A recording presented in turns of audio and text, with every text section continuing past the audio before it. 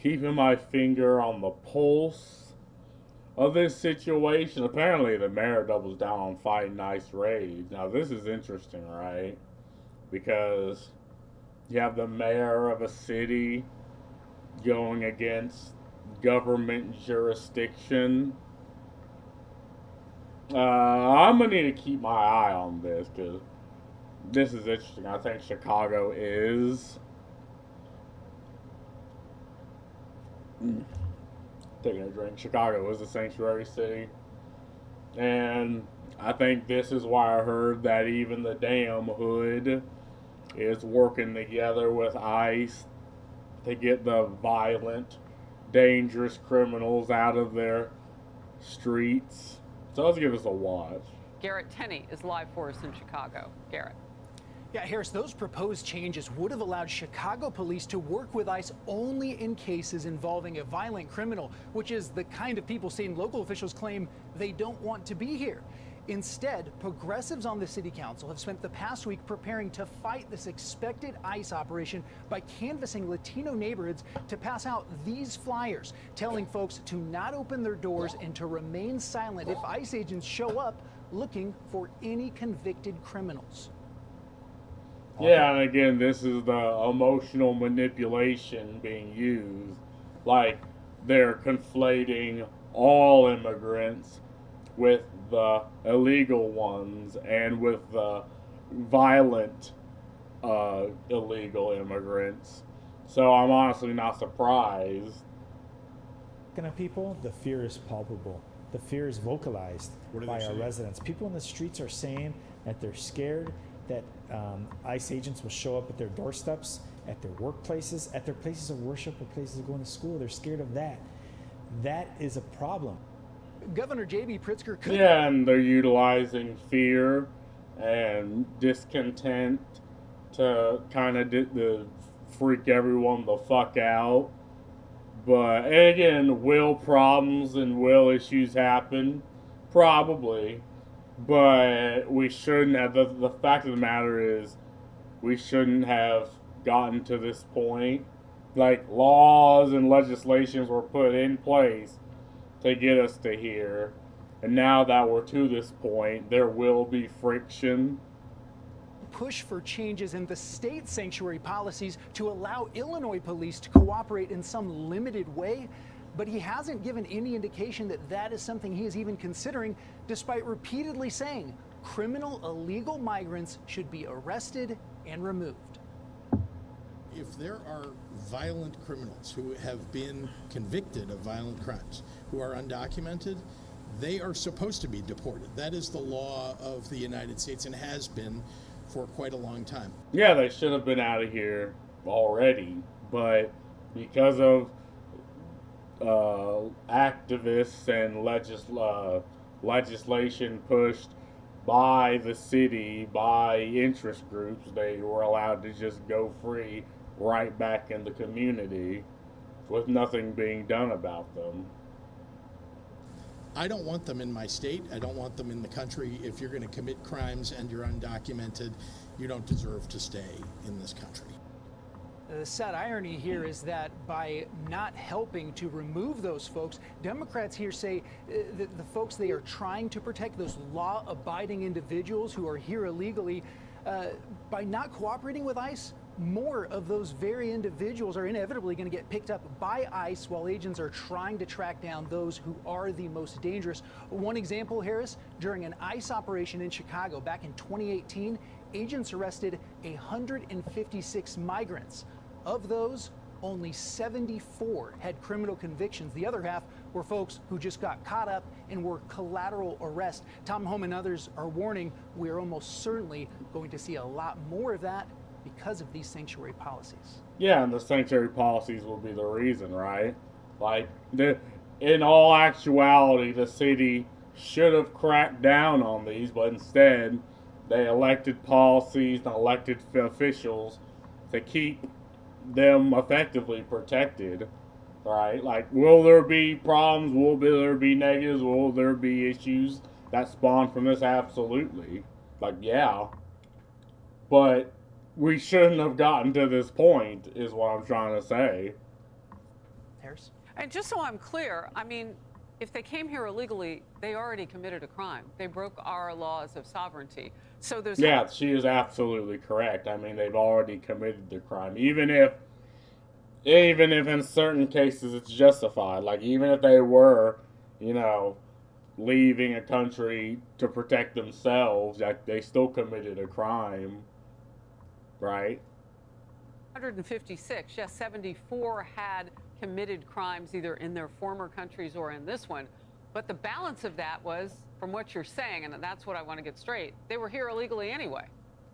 Here illegally, not violent criminals, though. And that's what the administration is focusing on in this initial set of operations. All right, that's helpful. Garrett, thank you. Gianno Caldwell, Fox News political analyst. Gianno, look, I made a fine point of this because it matters. The last administration was trying to legalize coming across our border in many illegal ways. Whether you crawled in, you went around the security checkpoints, they just wanted, okay, well, if you got here, you're safe.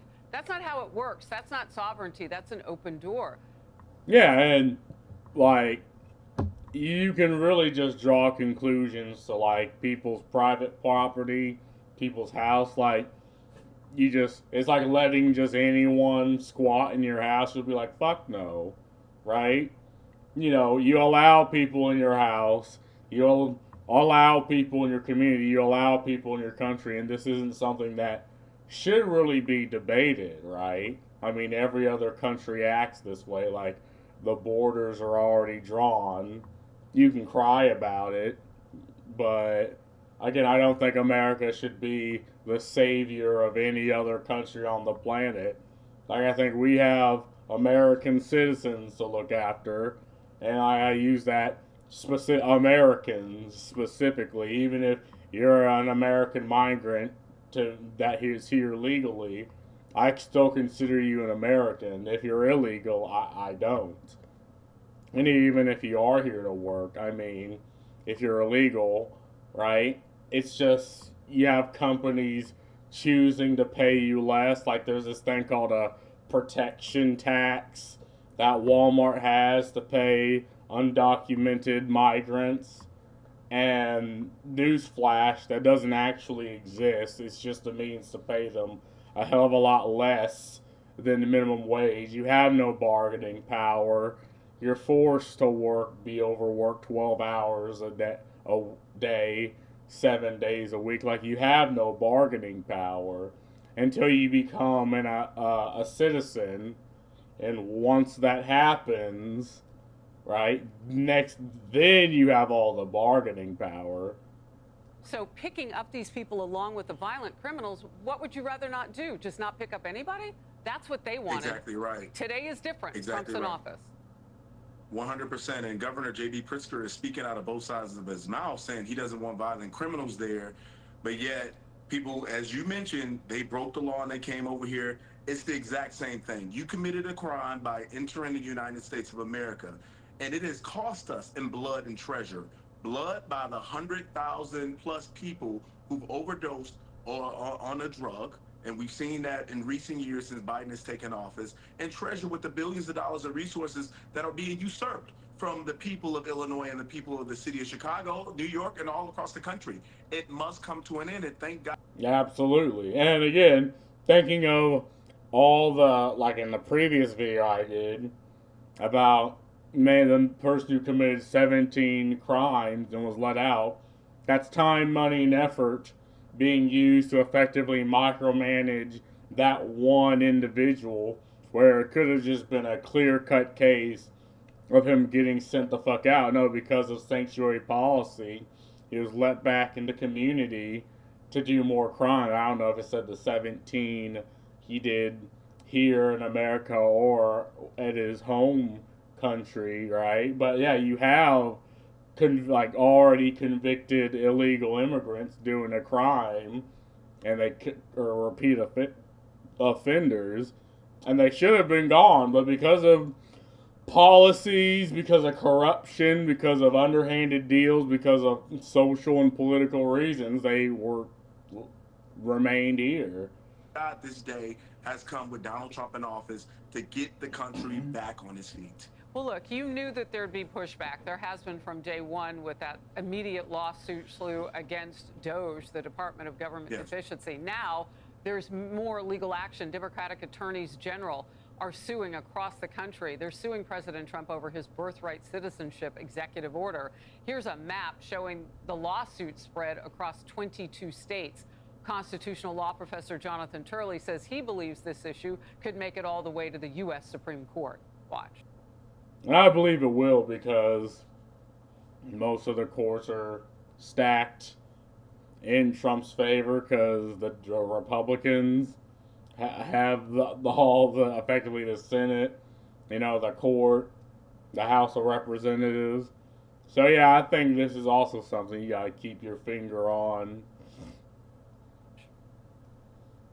The real value of the executive order is not that it has binding legal effect on anything other than federal agencies, but that it could trigger a long-awaited court fight to bring clarity to this issue. It could ultimately go in front of the Supreme Court. Your reaction? Well, I think he has a point there, and I would never challenge the professor. I think he's excellent in his legal commentary. So, yeah, there would be a court fight in the Supreme Court. But the facts of the matter are, we should be focusing on Americans first. People who've built a life here, not people who decided they were pregnant and they came across just so they can have a child within the United States and get those particular protections.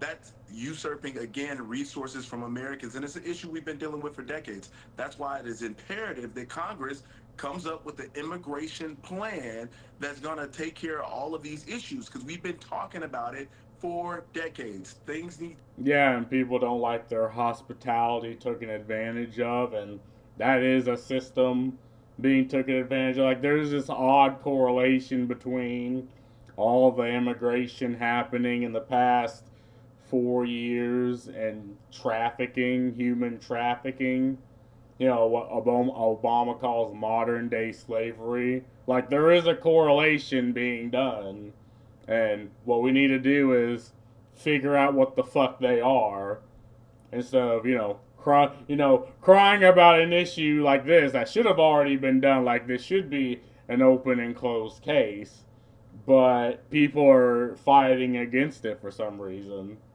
To come to a change, because we have to protect Americans first. Well, look, you and I were at events in Washington for the inauguration, one in particular where Tim Scott and Byron Donalds from Florida, Congressman and Senator Tim Scott. There is this focus on being able to do those big bipartisan things. Just real quickly, what was your take on lawmakers you talked with? Well, people are excited. There's a lot of enthusiasm and energy around the new administration. And I got to be honest with you, Harris, that isn't just Republicans and conservatives and people who voted for Trump. I've heard from people who voted for Kamala Harris, who voted for Joe Biden in the previous election, people who would never give Donald Trump the time of day. They're enthusiastic. They're excited. People feel it everywhere because they know we've been in a terrible state of affairs for the last 4 years. Our economic activity, inflation, the border, crime. These are issues that impact every American. And they're now thinking, wait, we got a guy who's now in office who means business. Yeah, and again, it affects the middle class, the majority of Americans, not like, the upper class of Americans that, the ideological individuals that don't have to deal with this, that can push laws and altruistic rules that benefit them, make them feel good, but they don't see the effects of these on average, everyday people, right? Because it's in a completely different microcosm from theirs, right? Like, that what he is absolutely correct. And that's why people are excited, and they're looking forward to 4 years of Donald Trump. And folks who didn't vote for him, many are looking to give him a chance. John Caldwell, thank you. Good to see you. Thank you for having me. Hey everyone, I'm Emily Campagno. Catch me and my co-hosts Harris Faulkner and Kaylee McEnany on Outnumbered every weekday at 12 p.m. Eastern, or set your DVR. Also, don't forget to subscribe to the Fox News YouTube page for daily highlights. I hope they don't strike my fucking videos. That's why I don't do CBN, CNSBC, ABCDEFG, because they fucking strike my damn videos. Enough is enough. Arrest that criminal mayor for harboring criminals. Yeah, I mean, people elect him in office, right? People vote for him. I mean, it's what the people want. And now, and again, there was a lot of lack of information, a lot of manipulation being done. But yeah, being here illegally is not law abiding. No, it's not. I mean, and it doesn't matter the reason. If you're here illegally, you're already committing a crime. Halt all federal aid to Chicago. If they were here illegally, they would have no reason to be afraid. Here legally, they'd have no reason to be afraid. Law-abiding individuals. Here illegally, I'm so confused. If they're here illegally, they're not law-abiding. Ridiculous. Yeah, they've committed a crime. Like, okay, they might not be violent, or prone for other illegal actions, but yeah, they still committed a crime. Law-abiding, illegal immigrants, there is no such person. Arrested for obstructing justice. That's called harboring a fugitive, a felony, withholding federal funding to sanctuary cities. Yeah, I think this is the next thing people should, but you don't want, it's still in the broadest term, an economic zone, like wealth still somewhat flows through Chicago. They're here illegally, they don't not have these rights. Those standing in the way should be arrested for aiding and abetting. What is a law-abiding illegal? See the irony here. Why can't Chicago find a decent mayor? Again, people vote him into office, and that's what they get. Thank you for the title. But hey, that's all I gotta say about this. I mean, it's beginning. The great deportation is happening. I'm gonna keep my finger on the pulse. Have fun. Peace.